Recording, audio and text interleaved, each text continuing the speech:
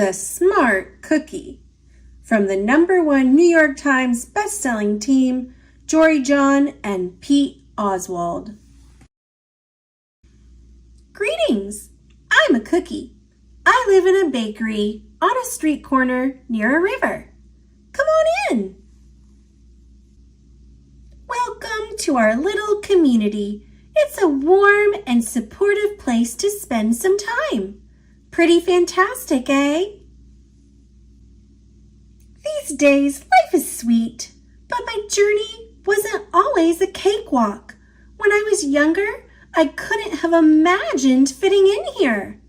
For a long time, I didn't feel comfortable speaking up or sharing my ideas. I didn't feel like a smart cookie.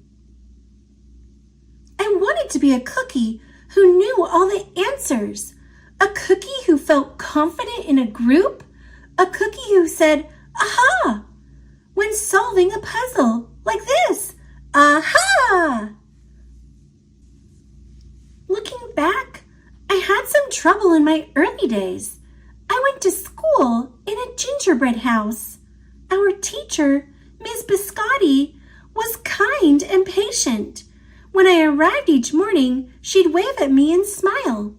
But I didn't get the best grades, and I never raised my hand because I couldn't think of the answers as fast as the others. And I was the last to finish most tests. It wasn't because I didn't care, and it wasn't because I didn't try. Sometimes I'd get distracted and mess up, even though I knew the material.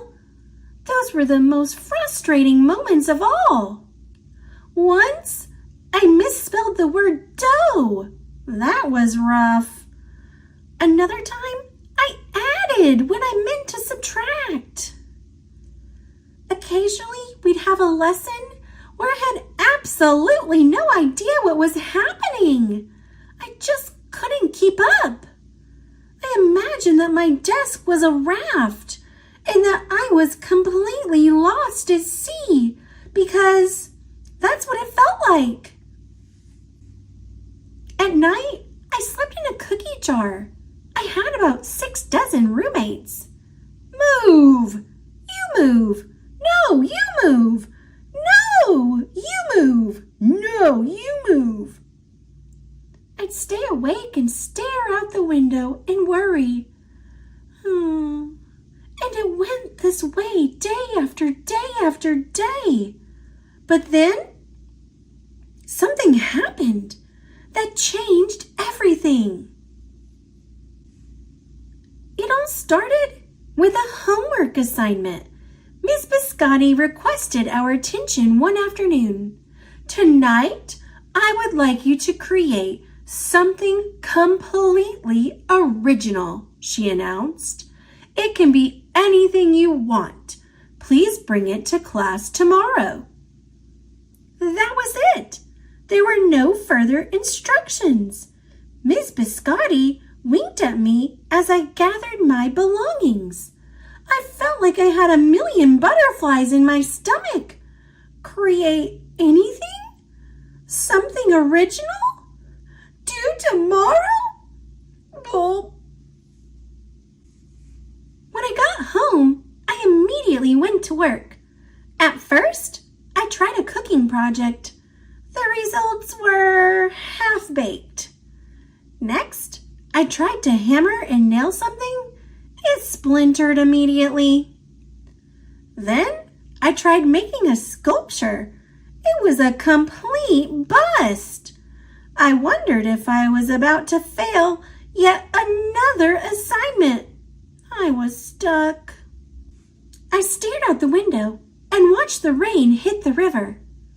There was something mesmerizing about the water, how it moved in such a chaotic way, swirling around and around, yet ultimately figuring out exactly where it needed to go. Suddenly, I had an idea. I decided to write something original. A poem. Aha! up with a title based on how I'd been feeling. My crummy days. After that, the rest of it seemed to fall into place. I wrote and I wrote.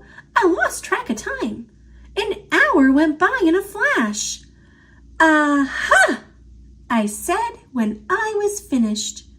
I couldn't sleep that night, but it wasn't because I was worried. It was because I was excited. I felt like I had really accomplished something. I felt smart. The following day, Miss Biscotti asked for volunteers to share what we'd created. One kid showed off his original frosting art. Another kid revealed her sprinkle distribution machine. It was neat seeing how everyone was good at such different things. Finally, Miss Biscotti turned to me. "Would you like to share anything?" she asked. Gulp! I gulped. I thought I'd probably crumble under the pressure, but I made my way to the front of the classroom. I noticed my hands were shaking. My mouth went dry.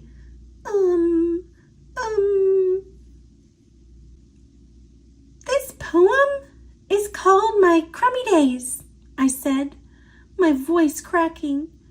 And then I read it aloud. As I spoke, I noticed some kids nodding at certain lines. Other kids laughed at parts that were supposed to be funny.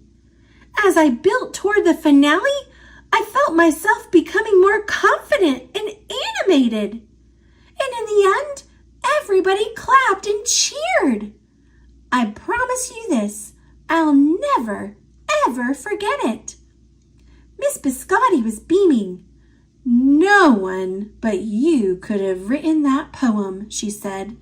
"It was completely original." Aha! I had done it.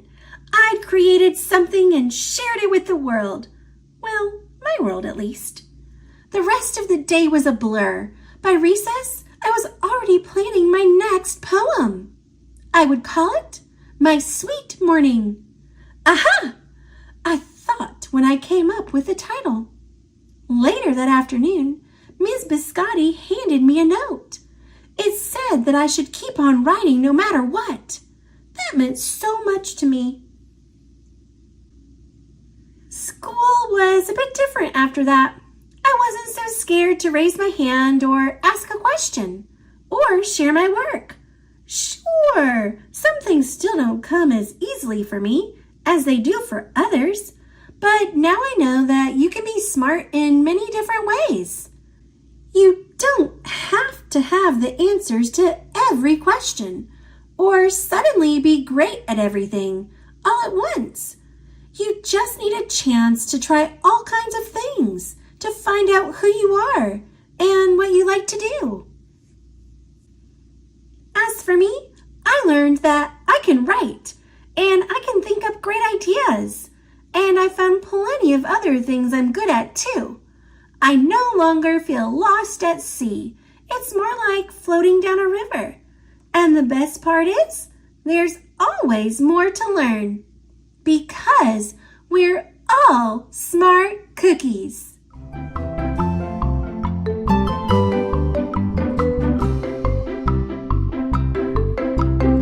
Thanks for watching. Click subscribe. See you later, alligator.